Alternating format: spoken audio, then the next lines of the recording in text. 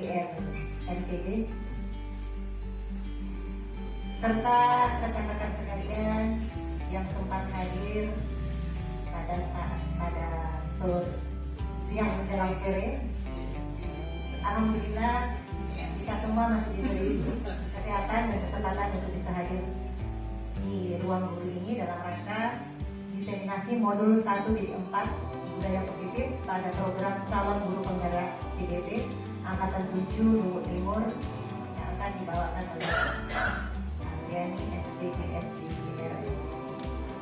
Adapun susunan acara pada kesempatan ini yang pertama yaitu pembukaan, yang kedua diseminasi, ketiga tanya jawab, dan keempat Bismillahirrahmanirrahim. Assalamualaikum warahmatullahi wabarakatuh. Selamat siang. Yang terhormat Bapak Kepala UPTD SDN 103 BW, yang saya hormati rekan-rekan sejawat yang sempat hadir pada kesempatan siang hari ini. Alhamdulillahirrahmanirrahim. Puji syukur kita panjatkan kehadirat Allah Subhanahu wa Ta'ala, Tuhan Yang Maha Esa, atas limpahan berkah dan rahmatnya serta kesehatan, sehingga kita masih diberi kesempatan untuk berkumpul di ruangan ini untuk sama-sama belajar, meningkatkan kompetensi kita untuk pengembangan anak-anak kita di masa akan datang. Perkenalkan, nama saya Asriani. Saya calon guru penggerak angkatan 7 dari Kabupaten Luhut Timur pada unit kerja UPTD SDN 103 BW. Baik, adapun kegiatan kita pada siang hari ini adalah diseminasi pada modul 1.4 dengan tema budaya positif. Baik, saya mulai. Yang pertama, definisi budaya positif. Apa yang dimaksud dengan budaya positif? Menurut Edward Bernard Taylor, pada tahun 1932, budaya adalah suatu keseluruhan kompleks yang meliputi pengetahuan, kepercayaan, kesenian, moral, keilmuan, adat istiadat, dan kemampuan lain serta kebiasaan yang didapat oleh manusia sebagai anggota masyarakat.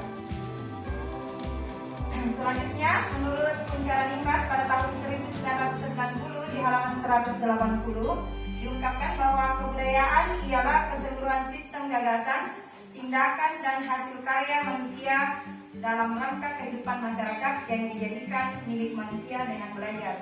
Sehingga dapat disimpulkan bahwa definisi budaya positif pada tingkat sekolah adalah suatu pembiasaan yang bernilai positif yang di dalamnya mengandung sejumlah kegiatan yang mampu menumbuhkan karakter murid.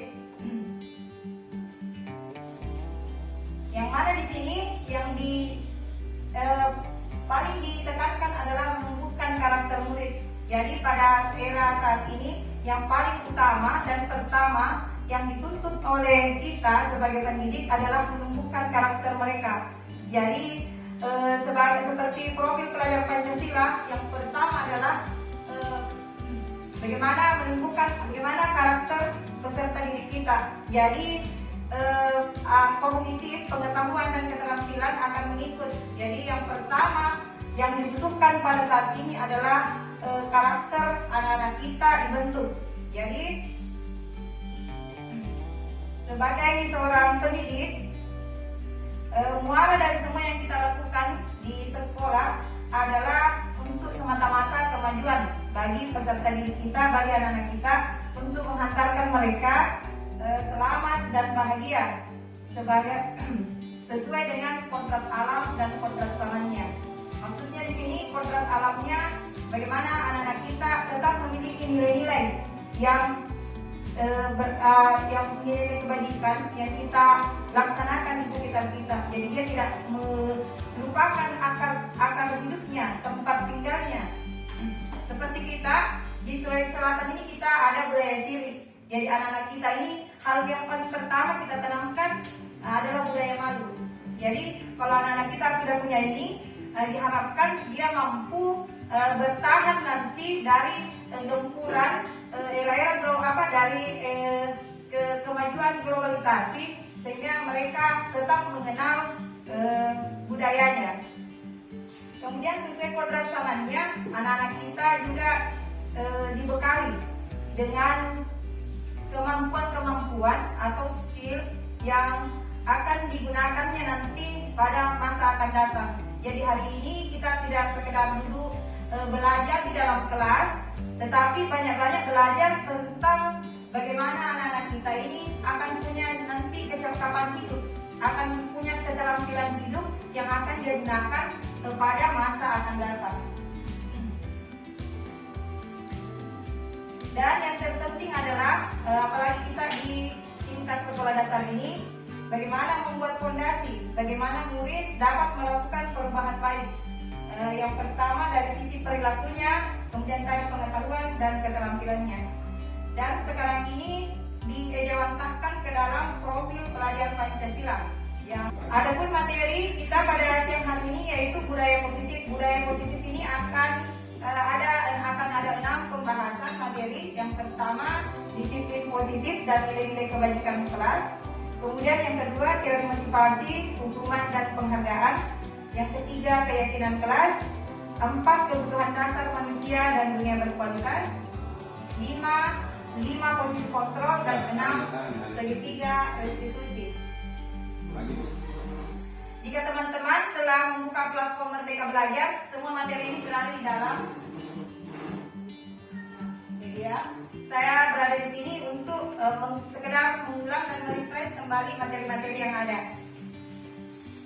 Baik, materi pertama, disiplin positif dan nilai-nilai kebajikan. Apa yang akan muncul di benak Bapak Ibu sekalian jika mendengar kata disiplin? Biasanya disiplin ini akan kita kaitkan dengan tata tertib, kemudian peraturan, ya. Ada juga yang mengaitkan ini dengan hukuman. Biasanya disiplin itu dekat dengan hukuman.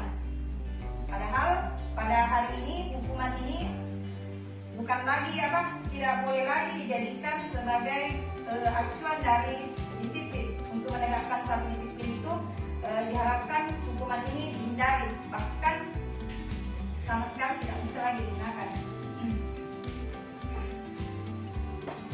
Menurut Bapak Pendidikan kita, Ki Hajar Dewantara menyatakan bahwa di mana ada kemerdekaan, disitulah harus ada disiplin yang kuat.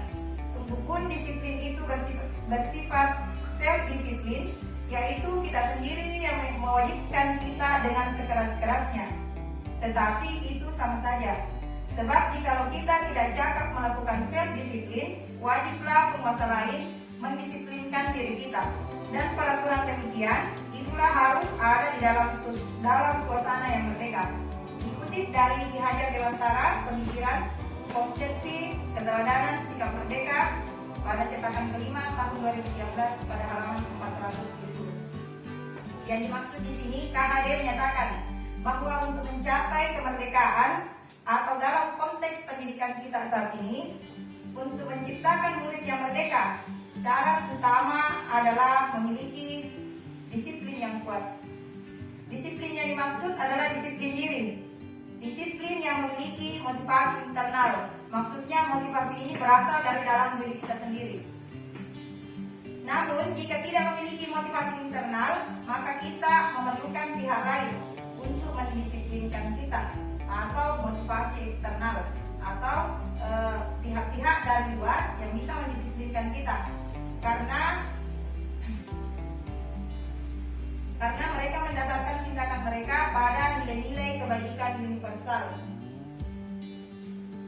Sebagai pendiri sendiri, tujuan kita adalah menciptakan anak-anak yang memiliki disiplin diri, sehingga mereka bisa berperilaku dengan mengacu pada nilai-nilai kebajikan universal dan memiliki motivasi intrinsik bukan ekstrinsik. Artinya motivasi ini berasal dari dalam dirinya.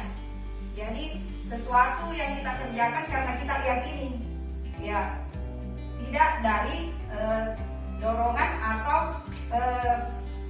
paksaan dari orang lain. Jadi dia berasal dari diri sendiri. Sehingga seseorang yang memiliki disiplin diri berarti mereka bisa bertanggung jawab terhadap apa yang dilakukannya. Karena mereka mendasarkan tindakan mereka pada nilai-nilai kebajikan universal.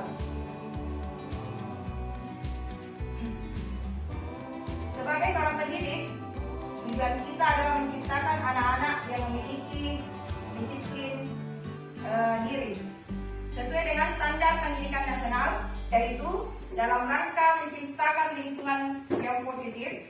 Maka setiap warga sekolah dan pemangku kepentingan perlu saling mendukung, menghayati dan menerapkan nilai-nilai kebajikan yang telah disepakati bersama.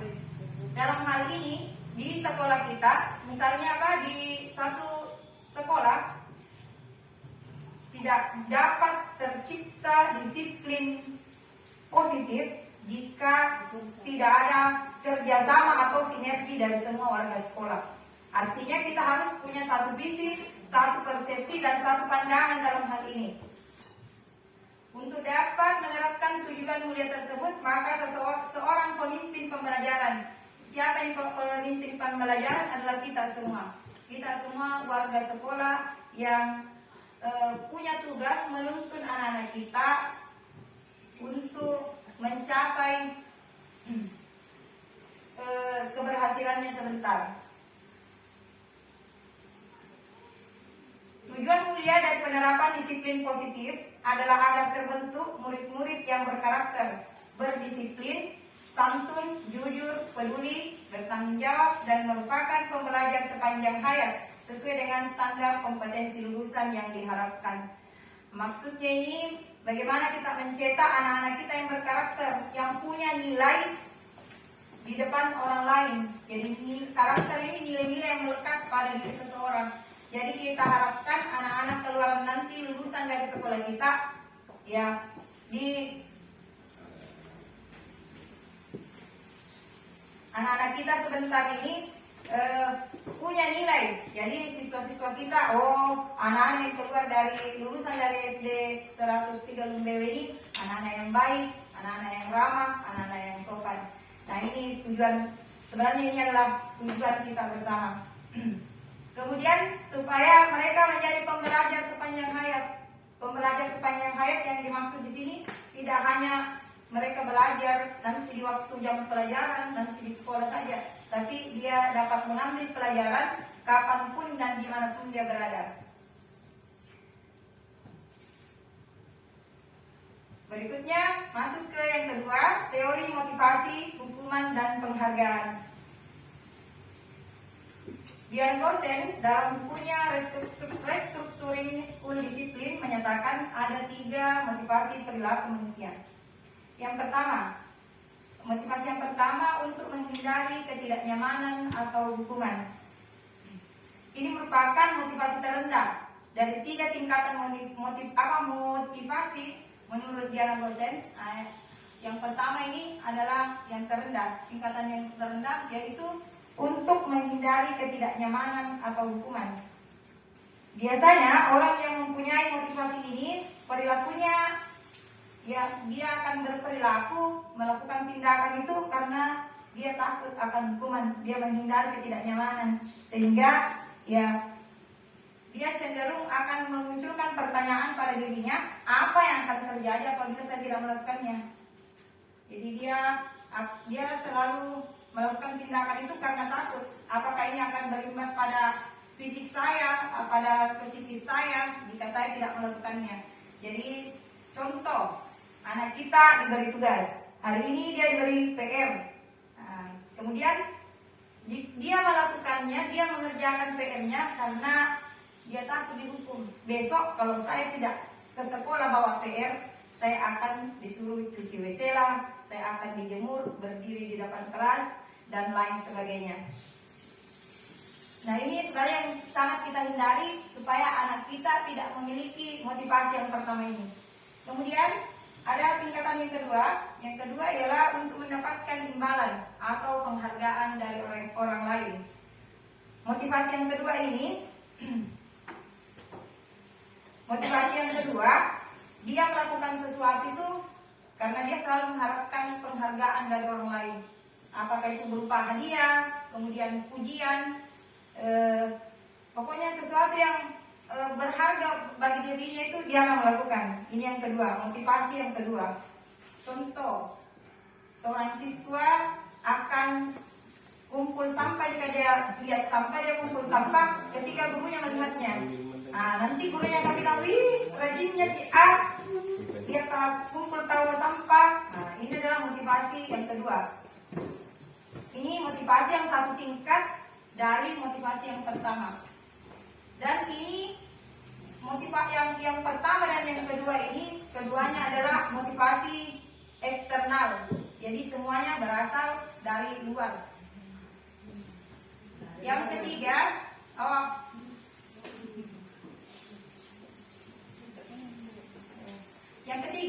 untuk menjadi orang yang mereka inginkan dan menghargai diri sendiri dengan nilai-nilai yang mereka percaya.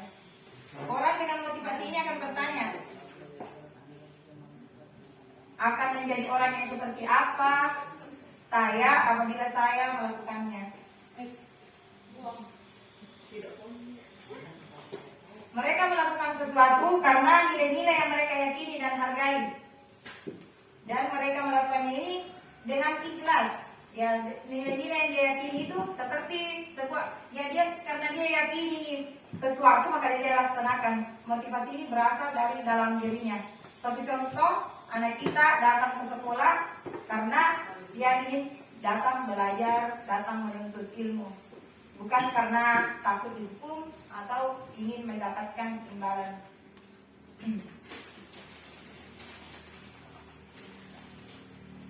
Sekarang ada pertanyaan Bapak Ibu, muncul pertanyaan. Menurut Bapak Ibu, dari ketiga jenis motivasi tadi, anak-anak kita ini manakah yang saat ini paling banyak mendasari perilaku murid-murid kita di sekolah? Ya, yang pertama, hukuman. Saya setuju, pertanyaan ini juga sudah pernah saya dapat dan saya sudah jawab juga. Ya, saya menjawab seperti yang kata Ibu Bapak Ibu tadi, jelas. Saya menjawab bahwa dari beberapa sekolah saya sudah juga pernah berada mengajar di kelas rendah, pernah juga mengajar di kelas tinggi. Saya bandingkan, menurut saya motivasi di kelas rendah itu jauh lebih baik daripada motivasi di kelas tinggi. Menurut saya anak-anak kita di kelas 1-2 itu masih bagus motivasinya, masih pure, mereka datang ke sekolah masih rajin. Yang berat menurut saya itu yang menggelitik, ya semakin hari ke sini semakin bertambah usianya, bertambah tingkat pertumbuhannya. Kenapa motivasinya berubah? Kenapa motivasinya malah lari ke nomor 1 tadi? Karena takut dihukum. Ya, paling-paling juga karena ingin, ada juga yang karena ingin dipuji. Tapi untuk yang karena motivasi itu datang dari diri sendiri, menurut saya sudah sangat berkurang. Kalau dia sudah di kelas tinggi. Bukan ingin dipuji. Karena mulai kelas. Oh, karena menggugurkan kewajiban. Dia datang karena menggugurkan kewajiban. Ya, saya pernah dapat ini, saya pernah mendengar bahwa anak-anak kalau kita di SD masih semangat untuk datang ke sekolah, karena mungkin di sekolah itu masih mereka jiwa bermainnya masih senang main bola di lapangan. Tapi beda motivasi anak-anak kita yang sudah ada di tingkat lebih tinggi.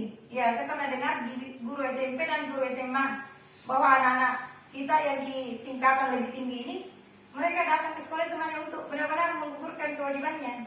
Ya, kadang datang dulu dia pulang. Karena ya ada hal yang lebih menarik menurutnya dibanding datang ke sekolah.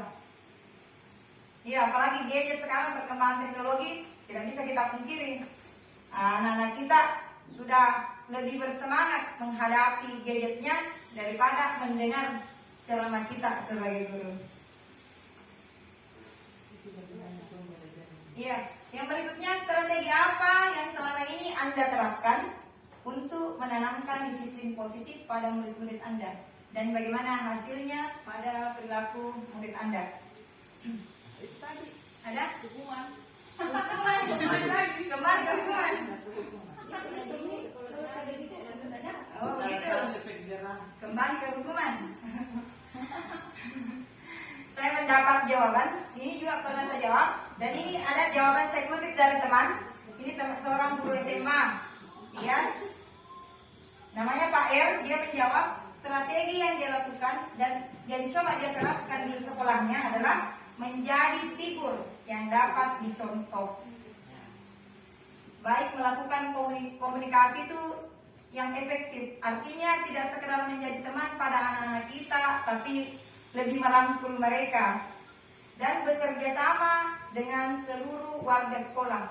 Saya yakin sekali nih bahwa di dalam satu sekolah itu kita adalah roda penggerak. Tidak akan bergerak kita kalau tidak ada kerjasama dan sinergi. Jadi kalau misal 1-2 orang yang bergerak, tidak akan bergerak. Ya, jadi perlu betul ya kerjasama di antara kita. Iya. Ya, dengan seluruh warga sekolah. Dengan kondisi ini, disiplin positif pada murid akan semakin terlihat dengan kerjasama berbagai pihak sehingga sekolah memiliki standar yang sama. Kembali saya utarakan bahwa punya persepsi yang sama, ya cara pandang yang sama. Jadi siswa kita ini tidak lagi kita sebagai figur di depan yang harus selalu didengar, tapi bagaimana kita sebagai fasilitator saja bagi mereka. Bagaimana kita menuntun mereka. Yang lalu saya dapat tentang filosofi padi. Ya, jadi guru itu menurut Ki Hajar Dewantara seperti seorang petani yang menyemai padinya di sawah. Murid-murid kita ini seperti padinya. Jadi kita tidak perlu tunggui jagai di situ, tapi betul-betul hanya memupuk dia, menyiramnya, memberi irigasi, dia akan tumbuh dengan sendirinya. Berikutnya yang ketiga, nilai-nilai kebajikan apa yang Anda berusaha tanamkan pada murid-murid Anda di sekolah Anda? Menurut saya semua nilai-nilai kebajikan itu penting, karena dia adalah landasan membentuk karakter anak kita. Tapi yang paling penting menurut saya, anak-anak kita ini dibekali dengan akhlak yang mulia. Bagaimana pendidikan dasar dari agama kita membentengi mereka. Jadi perlu sekali menurut saya itu iya, pendidikan karakter itu berasal dari karena anak-anak kita punya akhlak yang mulia, yang beriman dan bertakwa. Karena menurut saya secara otomatis kalau anak-anak kita sudah beriman dan bertakwa, sudah religius, maka nilai-nilai yang lain ini akan mengikut. Karena jelas di agama manapun semua pandangan kita sama tentang nilai-nilai kebajikan. Berikutnya saya tampilkan sebuah kasus. Nah, bisa kita lihat ini sebuah kasus IPA kurang menguasai pelajaran matematika, sehingga pada saat pelajaran tersebut berlangsung dia lebih banyak berdiam diri atau menggambar di buku pelajarannya. Pada saat guru matematikanya Pak Seno menanyakan pertanyaan, IPA menjadi gugup dan tak sengaja menjatuhkan tasnya dari kursi, serta tiba-tiba menjadi gagap pada saat berupaya menjawab. Seluruh kelas pun tertawa melihat perilaku IPA yang bicara tergagap dan terkejut tersebut. Pak Seno pada saat itu membiarkan teman-teman IPA menertawakan IPA yang berdiri di depan kelas, yang tergagap dan malu luar biasa, dan malahan minta IPA untuk maju ke depan dan berdiri di depan kelas sambil menunjuk hidungnya karena tidak bisa menjawab pertanyaan Pak Seno. Kelas makin gaduh dan anak-anak pun tertawa melihat IPA di depan kelas memegang ujung hidungnya. Apakah Anda setuju dengan tindakan Pak Seno terhadap IPA? Mengapa? Karena hari ini kita jadi penonton, kita melihat membaca kasusnya. Sebagai manusia biasa kita punya naluri. Saya membaca ini saya langsung deg. Apakah Anda setuju dengan tindakan Pak Seno terhadap IPA? Mengapa? Menurut Anda tindakan Pak Seno terhadap IPA adalah sebuah hukuman atau konsekuensi? Mengapa? Pembunuhan karakter. Ya, pembunuhan karakter setuju. Gimana, ada yang mau menanggapi? Ya, menurut saya tindakan Pak Seno terhadap IPA tadi itu siswanya adalah sebuah hukuman. Kenapa disebut begitu? Karena masih banyak sebenarnya yang bisa tindakan yang bisa dilakukan untuk siswanya tadi agar lebih disiplin. Misalnya memberikan motivasi atau memanggil langsung saja atau berdoa. Saya kira seperti itu. Terima kasih Bu. Ini saya juga pernah menjawab dan jawaban kita sama. Saya menjawab, saya tidak setuju dengan tindakan dilakukan Pak Seno. Karena dia tidak mencari tahu dulu mengapa IPA tidak bersemangat dalam mengikuti pelajaran matematika yang diampu Pak Seno. Kemudian Pak Seno ini tidak berpikir bagaimana dengan psikologi IPA yang bisa saja trauma dengan kejadian tersebut. Tindakan yang dilakukan Pak Seno jelas ini adalah merupakan hukuman karena tidak ada nilai kebajikan yang bisa dipetik. Dan dari perlakuan tersebut malah bisa membuat IPA tanpa kehilangan motivasi belajarnya dan membenci pelajaran matematika yang diampu Pak Seno. Baik, maka dapat kita simpulkan bahwa hukuman bersifat tidak terencana. Yang dilakukan Pak Seno tadi tidak direncanakan atau tiba-tiba. Jadi spontanitas, disuruh IPA naik berdiri ke depan, tunjuk pegang hidungnya satu. Anak atau murid tidak tahu apa yang akan terjadi dan tidak dilibatkan.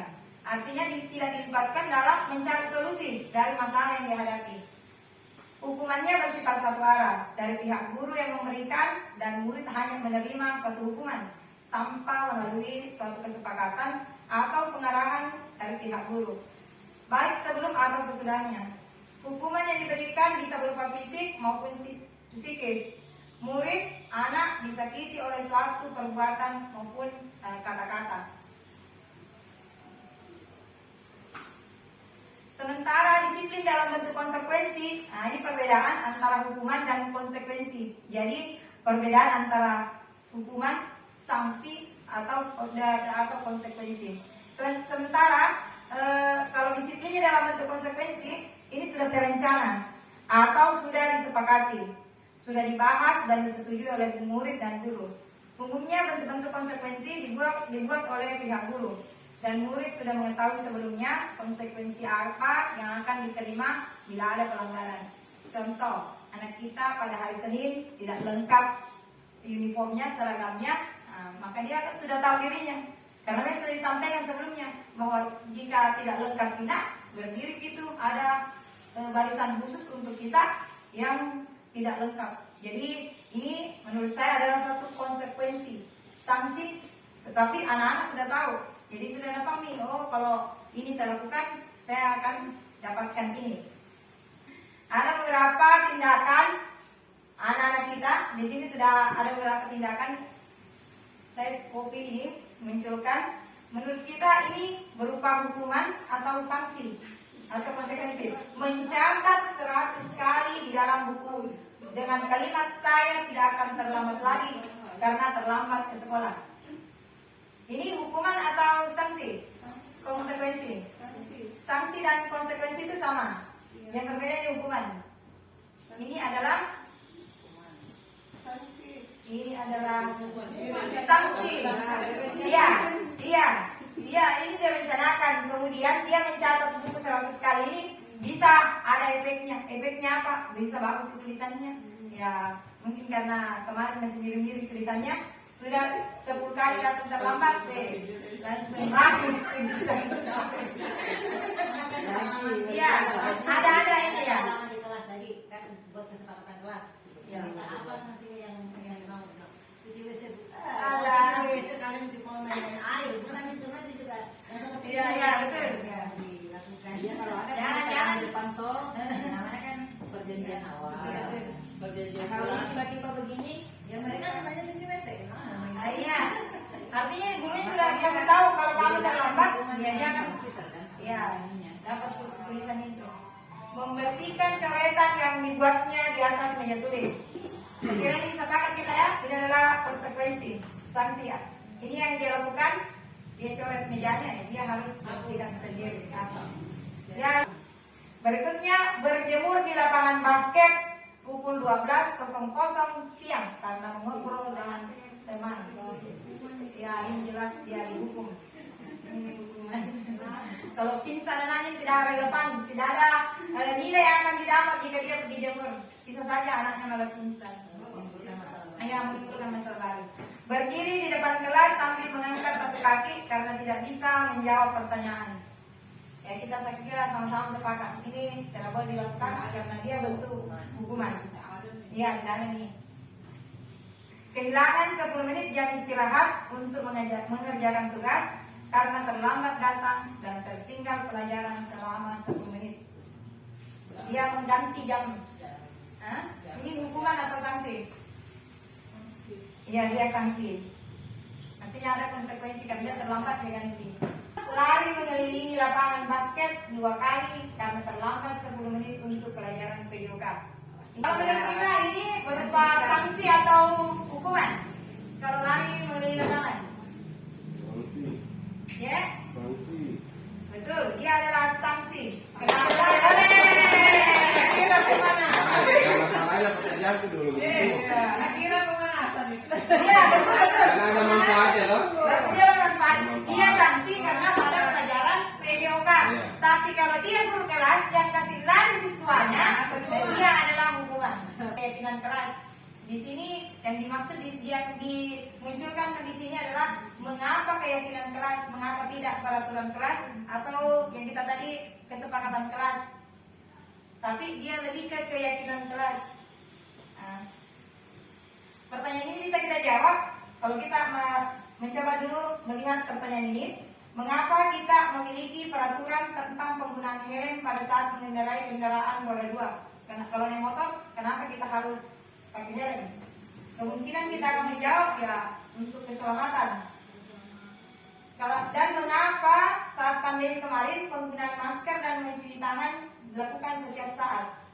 Ya jawaban kita saya kira akan sama juga untuk kesehatan dan keselamatan. Nilai-nilai keselamatan atau kesehatan inilah yang dibuat sebagai suatu keyakinan, yaitu nilai-nilai kebajikan universal yang disepakati secara tersirat dan tersurat lepas dari latar belakang suku, negara, bahasa maupun agama. Jadi kalau pertanyaan ini kita tanyakan ke seluruh dunia, kenapa memakai helm saat naik motor?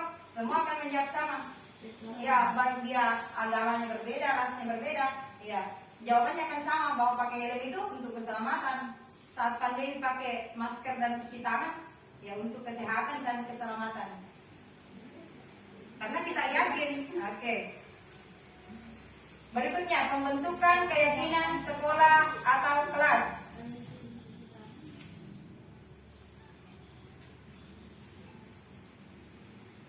Keyakinan kelas ini bersifat lebih abstrak. Jadi kalau kemarin kita membuat peraturan kelas ini lebih ditekankan lagi. Namanya keyakinan kelas. Keyakinan kelas ini atau keyakinan sekolah. Keyakinan kelas ini bersifat lebih abstrak daripada peraturan, yang lebih rinci dan konkret. Keyakinan kelas berupa pernyataan universal. Pernyataan keyakinan kelas senantiasa dibuat dalam bentuk positif. Keyakinan kelas hendaknya tidak terlalu banyak sehingga mudah diingat dan dipahami oleh seluruh warga sekolah. Keyakinan kelas sebaiknya sesuatu yang dapat diterapkan di lingkungan tersebut. Semua warga kelas hendaknya ikut berkontribusi dalam pembuatan keyakinan kelas lewat kegiatan curah pendapat. Bersedia meninjau kembali keyakinan kelas dari waktu ke waktu. Maksudnya, ke peraturan kelas ini lebih dirincikan ke keyakinan kelas.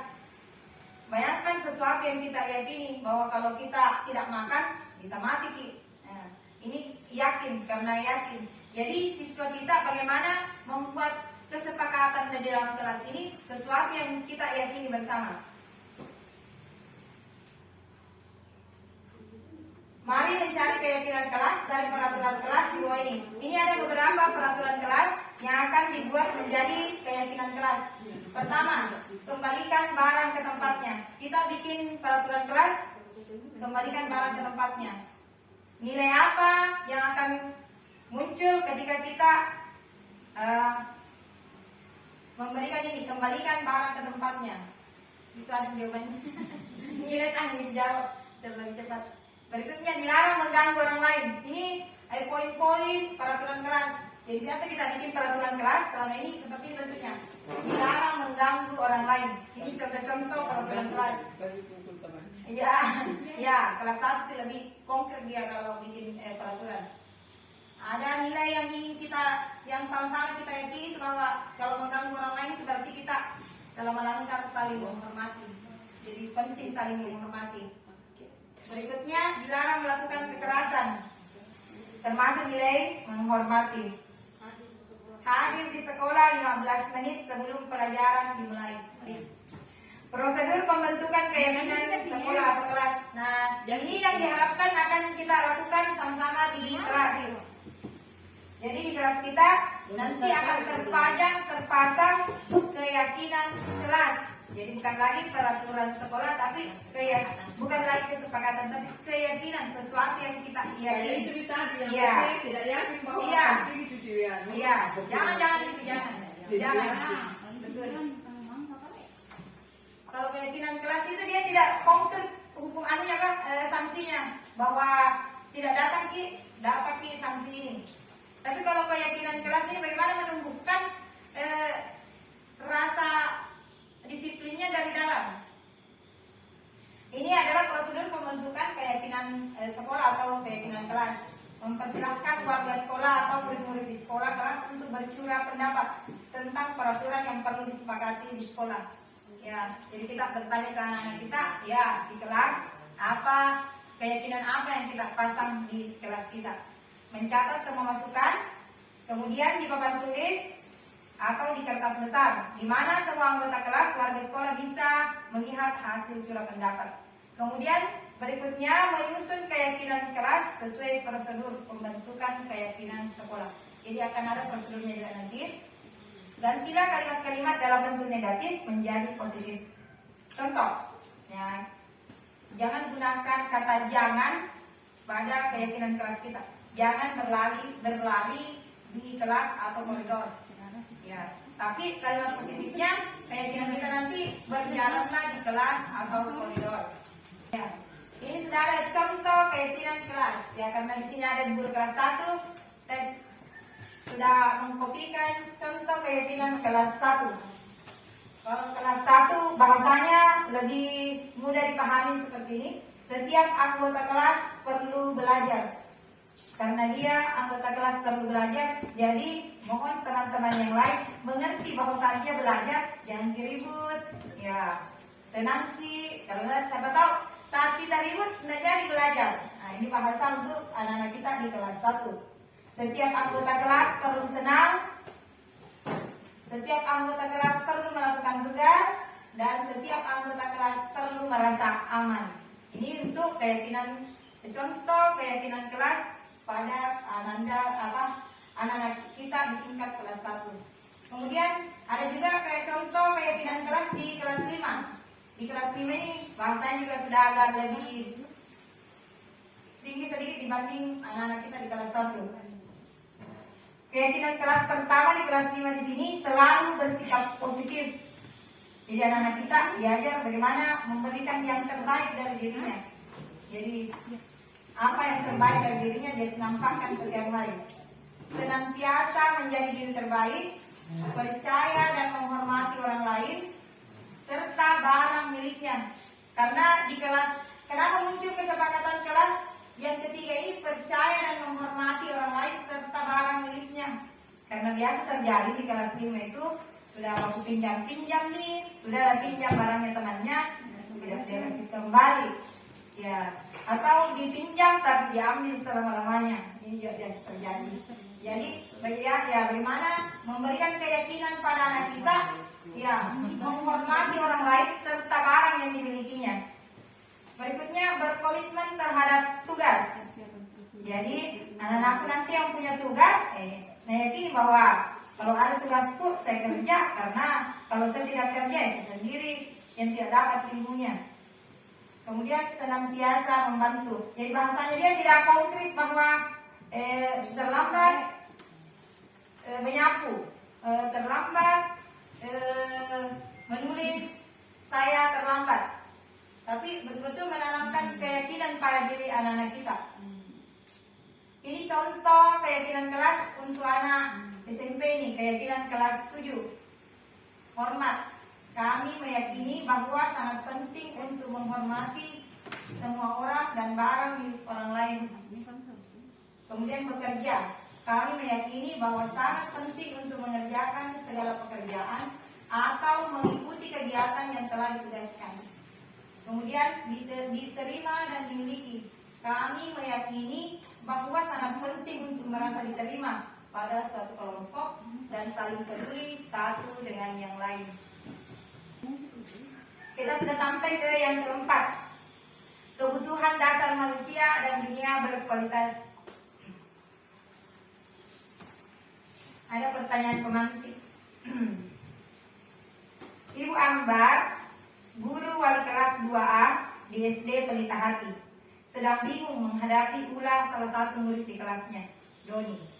Beberapa anak di kelas 2A telah datang padanya dan mengeluhkan Doni yang seringkali meminta bekal makan siang mereka dengan paksa. Jika Anda menghadapi situasi seperti Ibu Ambar, apa yang akan Anda lakukan? Menurut Anda, kira-kira apa alasan Doni melakukan hal itu?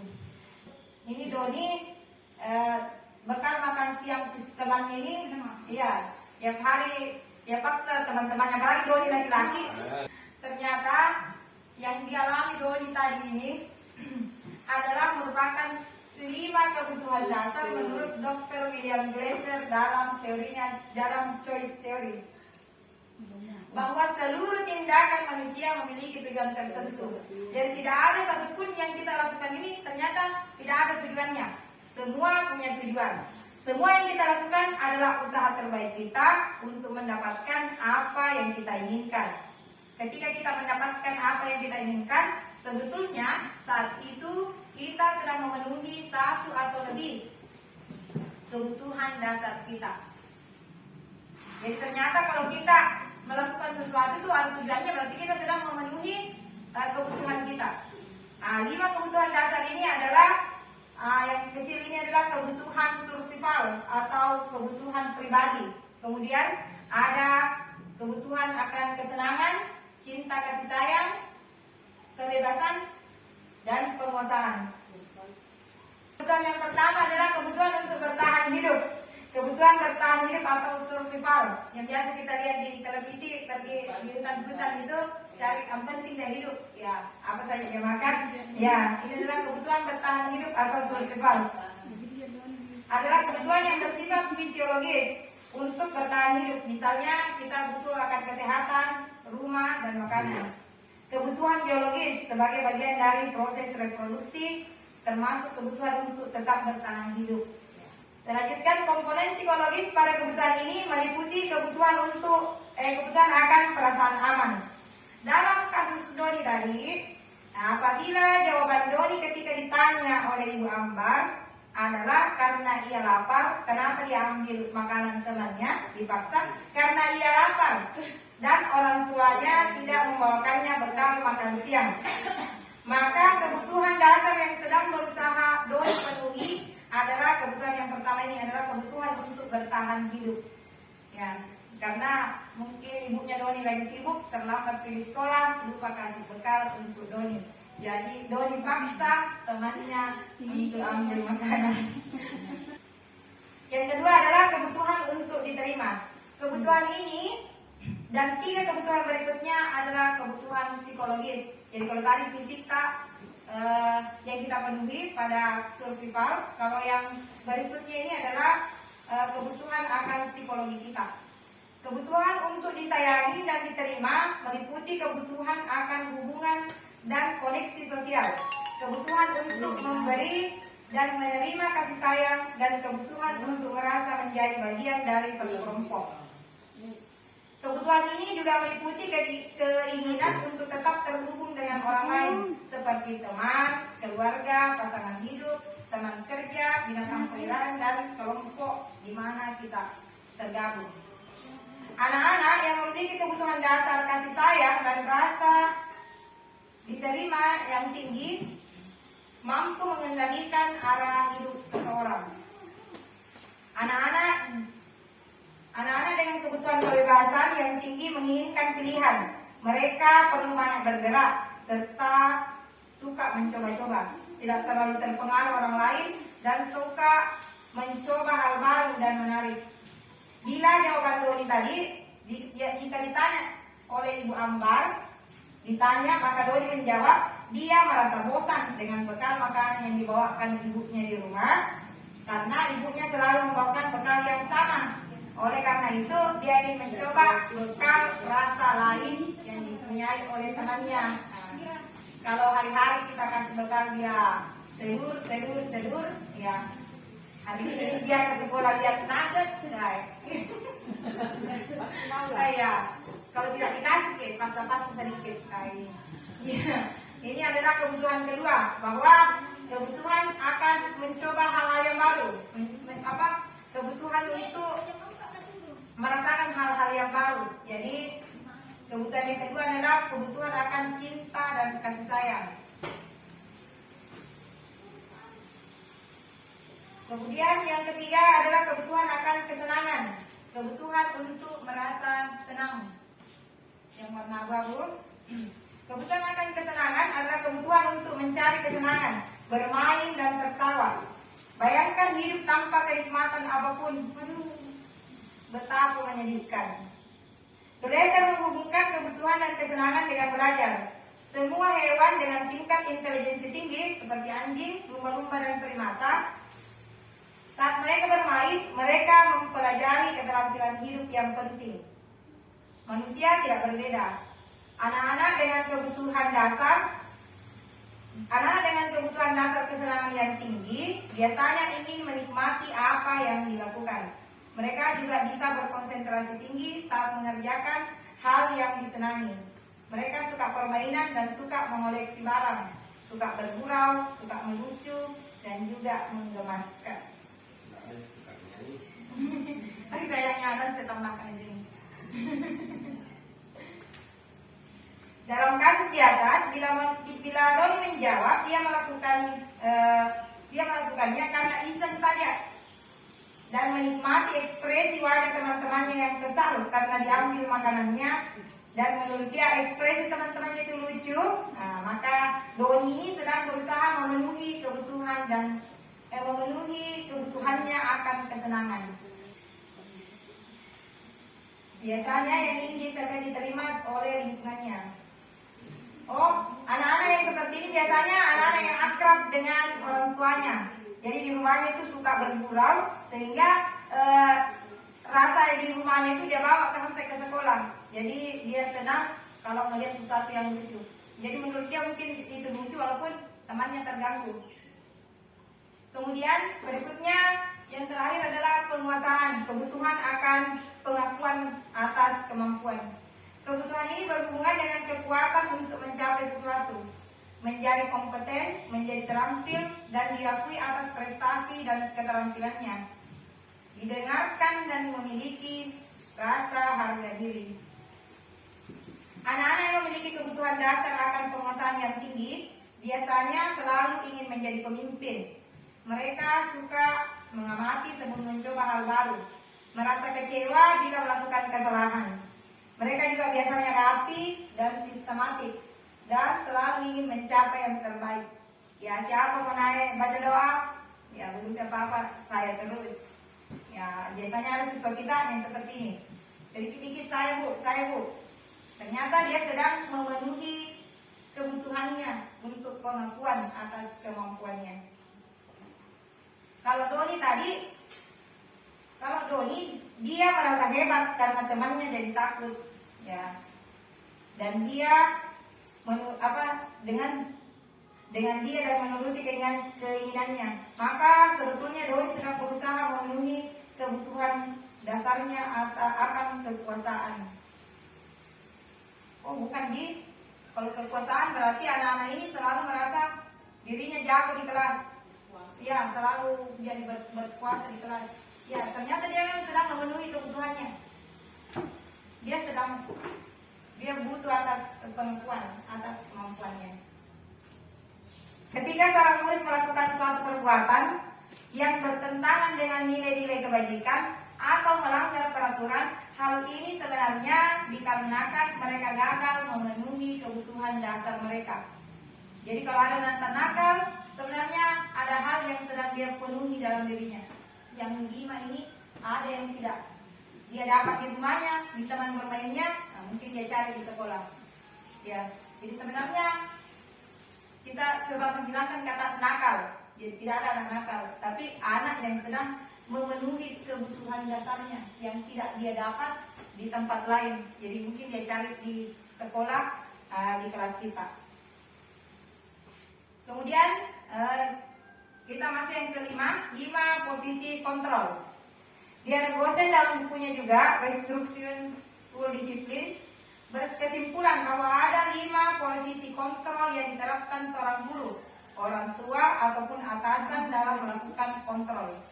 5 posisi itu yang pertama adalah posisi penghukum. Seorang penghukum bisa menggunakan hukuman fisik atau verbal. Ya kalau tadi siswa kita motivasinya karena hukuman, maka gurunya adalah posisinya berada di posisi kontrol penghukum.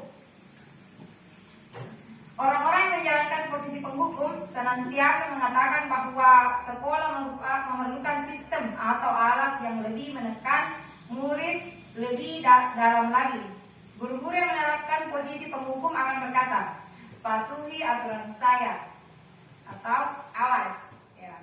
Awas tidak datang sekolah, awas tidak kerja tugas, bagianmu di WC besok. Bahasa penghukum. Penghukum ini ditandai dengan nada suara tinggi, bahasa tubuhnya tegak, kemudian matanya melotot dan jari-jarinya kadang menunjuk-nunjuk. Ya, kamu ini. Ya.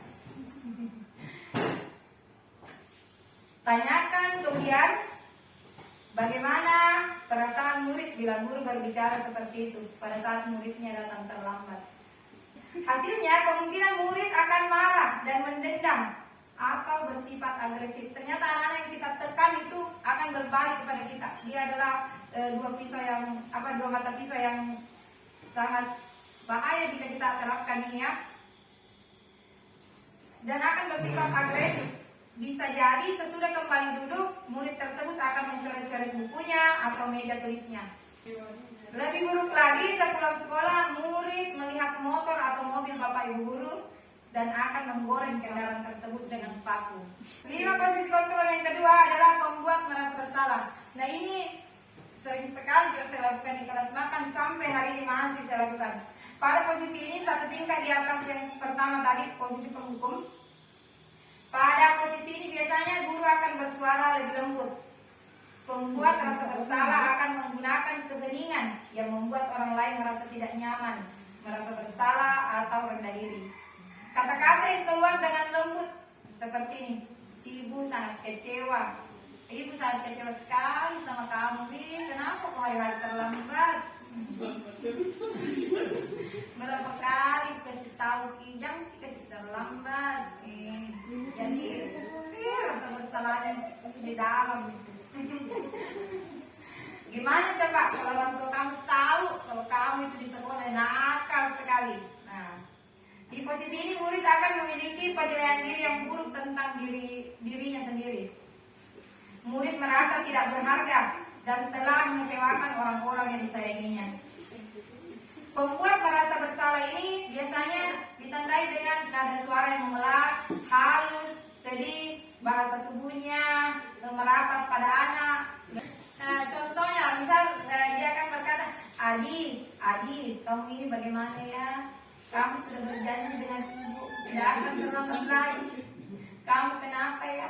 Senang sekali mengecewakan ibu. Ibu ini benar-benar kecewa. Bagaimana perasaanmu ditegur dengan cara seperti ini? Ada hasilnya, menurut penelitian ini ada hasilnya. Murid akan merasa bersalah. Karena memang kita membuat mereka bersalah tadi. Jadi murid akan betul sesuai ini, merasa bersalah. Bersalah telah mengecewakan ibu atau bapak gurunya. Murid akan merasa menjadi orang yang gagal dan tidak sanggup membahagiakan orang lain. Kadangkala sikap seperti ini lebih berbahaya dari sikap penghukum. Karena emosi akan tertanam rapat di dalam. Murid menahan perasaan. Tidak seperti murid dengan guru penghukum, di mana murid bisa menumpahkan amarahnya walaupun dengan cara negatif. Tapi murid tertekan seperti inilah yang tiba-tiba bisa meletus amarahnya dan bisa menyakiti diri sendiri atau orang lain. Ini saya kira biasa kita lihat berita. Ya, ada orang yang pendiam sekali, ternyata nabur bapaknya. Ya, dia tanam di dalam rumahnya sendiri. Jadi orang-orang yang seperti ini adalah orang-orang yang selalu diberi rasa bersalah. Jadi selalu merasa bersalah di dalam dirinya. Jadi dia tidak bisa survive, tidak bisa move on dari masalahnya. Sehingga orang-orang ini biasa menyakiti diri sendiri. Kalau dirinya sendiri ya mungkin kalau orang lain menyakiti, nah ini yang bahaya. Berikutnya 5 posisi kontrol yang berikutnya, kita sebagai guru menjadi teman bagi mereka. Bu, ini adalah posisi ketiga dan 5 posisi kontrol ini sudah posisi yang ketiga. Jadi artinya satu step di atas yang nomor 2 tadi. Guru pada posisi ini tidak akan menyakiti murid, namun akan tetap berupaya mengontrol murid melalui persuasi. Jadi selalu diajak saja siswanya. Posisi teman pada guru biasanya bisa negatif atau positif. Positif di sini berupa hubungan baik yang terjalin antara guru dan murid. Guru di posisi teman menggunakan hubungan baik dan humor untuk mempengaruhi seseorang. Mereka akan berkata, "Ayo, bantulah demi Bapak ya. Ayo, ingat tidak bantuan Bapak selama ini. Nah, ya sudah, kali ini tidak apa-apa, nanti Ibu bantu bereskan." Jadi posisinya selalu jadi teman untuk murid-muridnya. Hal negatif dari posisi teman adalah bila suatu saat guru tersebut tidak membantu, maka murid akan kecewa dan berkata, "Saya pikir Bapak Ibu ini teman saya." Murid akan merasa dikecewakan dan tidak mau lagi berusaha. Hal lain yang mungkin timbul adalah murid hanya akan bertindak untuk guru tertentu dan tidak untuk guru lainnya. Murid akan tergantung pada guru tersebut. Biasanya guru yang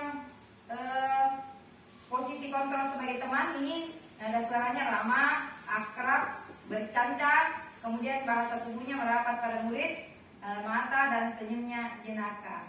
Ya.